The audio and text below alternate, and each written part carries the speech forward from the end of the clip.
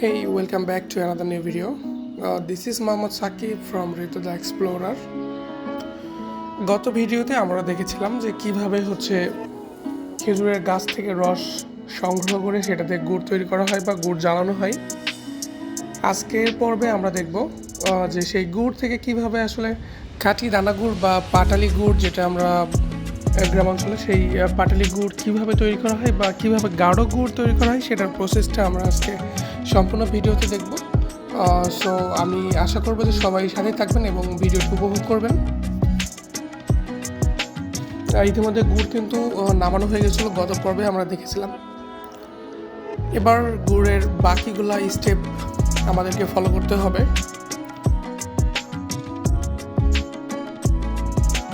গুড় গরম থাকতে থাকতেই আমাদেরকে গুড়ের যে প্রসেসগুলো আছে সেইগুলা অবশ্যই ফলো করতে হবে, তা না হলে কিন্তু গুড়ের যে বীজ মারতে হয় সেই বীজটা কিন্তু আসলে মরবে না। আলটিমেটলি কিন্তু গুড়টা গাঢ় বা ঘনত্ব হবে না এবং তার ফলে কিন্তু গুড়টা যে জমাট বাঁধবে বা যে পাটালি হবে সেটাও কিন্তু হবে না। সো গুড়টা গরম থাকতে থাকতে আমাদের সব কিছু প্রসেস কমপ্লিট করতে হবে। আসলে এই যে প্রসেসটা কিন্তু আসলে দেখতে মনে হবে যে খুবই সহজ, বাট এটা কিন্তু খুবই কঠিন। কারণ এটা কিন্তু খুব সহজে মরে না বা খুব সহজে মারা যায় না।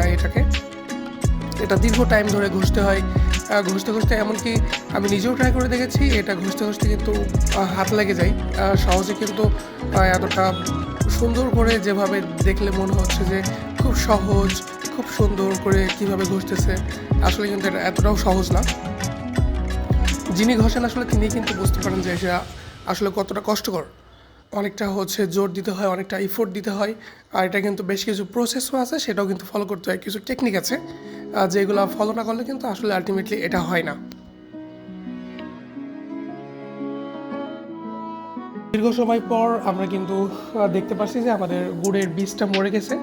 এখন কিন্তু এটা সমস্ত গুড়ের সাথে মিশাই দিতে হবে। যদি না মিশান তাহলে কিন্তু গুড়ের যেই গাঢ়ত্ব সেটা কিন্তু আসবে না। আমরা সেটাই করবো এখন। সবগুলা গুড়ের সাথে এটা খুব সুন্দর করে মিশাই দেব।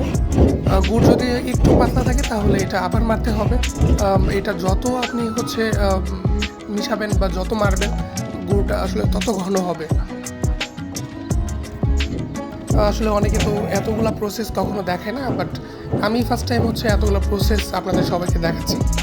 এটা আসলে আমার ভালো লাগা থেকে দেখাচ্ছি, কারণ মনে হচ্ছে যে নিজের বাসার গুড় বা নিজের বাসায় যেভাবে খাঁটি গুড় প্রস্তুত করা হয় এরকমভাবে তো আর কেউ করবে না। সো দ্যাটস ওয়াই আমি এটা সবার সামনে উপস্থাপন করছি।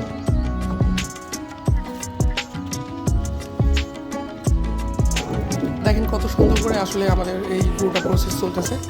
এটা কিন্তু সম্পূর্ণ দেখেন, এই যে তাবালটা আছে এটা কিন্তু সম্পূর্ণ ফ্রেশ, কোনো ধরনের ময়লা নাই, কোনো ধরনের যে ডাস্ট থাকে সেই কোনো কিছুই নাই আমাদের এখানে।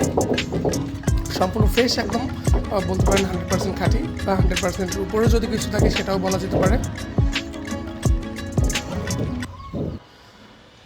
অবশেষে কিন্তু আমাদের সকল কার্যক্রম এখানে কমপ্লিট হয়ে গেছে। গুড়টা এখন প্রায় আমাদের ঢালতে হবে, আমরা যে পাত্রে রাখবো।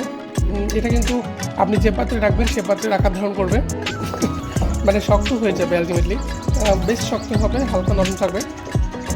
সো এই গুড়টা কিন্তু চামচ দিয়ে উঠে খেতে খুবই মজা হবে। আপনি মুড়ি দিয়ে বলেন বা যে কোনো ধরনের পিঠা পায়েস যেটাই বলেন না কেন, যেটা বানাবেন সেটাই সব থেকে পারফেক্ট হবে। সো গুড়টা একটু ঠান্ডা করার প্রয়োজন হয়, সেই জন্য গুড়টা একটু নাড়তে হবে ঢালার আগে। তো বেশ কিছুক্ষণ নাড়ার পরে আসলে গুড়টা একটু ঠান্ডা যখন হয়ে আসবে তখন এটা মূলত ঢালতে হবে।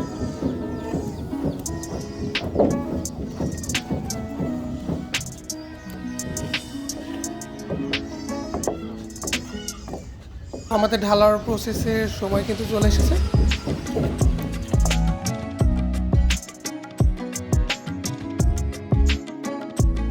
আমরা ছোট্ট এই জারটা পূর্ণ করব এই গুড়টা দিয়ে আজকে। দেখুন কত সুন্দরভাবে এর ভিতরে ঢালা হচ্ছে। আসলে দেখলেই ভালো লাগছে যে আসলে কত সুন্দর গুড়, কত 100% খাঁটি গুড়, যেটা আসলে বর্তমানে পাওয়াই যায় না মার্কেটে বা বাজারে, যেখানে বলেন না কেন আপনি, ভেজাল থাকবেই। বাট এটা আলটিমেটলি আমাদের বাসার গুড়, এটা 100% পিওর, তার উপর যদি কিছু থাকে সেটাই। সম্পূর্ণ গুড় নামানোর শেষে পাতিলে বা তাবালে কিছু গুড় অবশিষ্ট থাকে। একসময় ছোটোকালে আমরা যেটা করতাম সেটা হলো যে এই পাতিলের গুড় খেতে অনেক মানুষজন এখানে ভিড় করতো, বা আমরাও অনেক বাসায় যেতাম এই গুড় খেতে। এটা একটা অন্য ধরনের অনুভূতি। যারা হচ্ছে গ্রামে বড় হয়েছেন বা 19 কিড যারা আছেন তারাই মূলত বুঝতে পারবেন বিষয়টা, যে আমি কি বলে বোঝাতে চেয়েছি বা কি বোঝাতে চেয়েছি মূলত। যে শীতকালে সকালবেলা মানুষের বাসায় গিয়ে গুড় খাওয়া বা তাবালে গুড় খাওয়ার একটা মজা ছিল আলাদা, যেটা আমার এটা দেখে এখন সম্পূর্ণ মনে পড়ে যাচ্ছে। সো গুড়ের সম্পূর্ণ প্রসেস কিন্তু অলরেডি শেষ।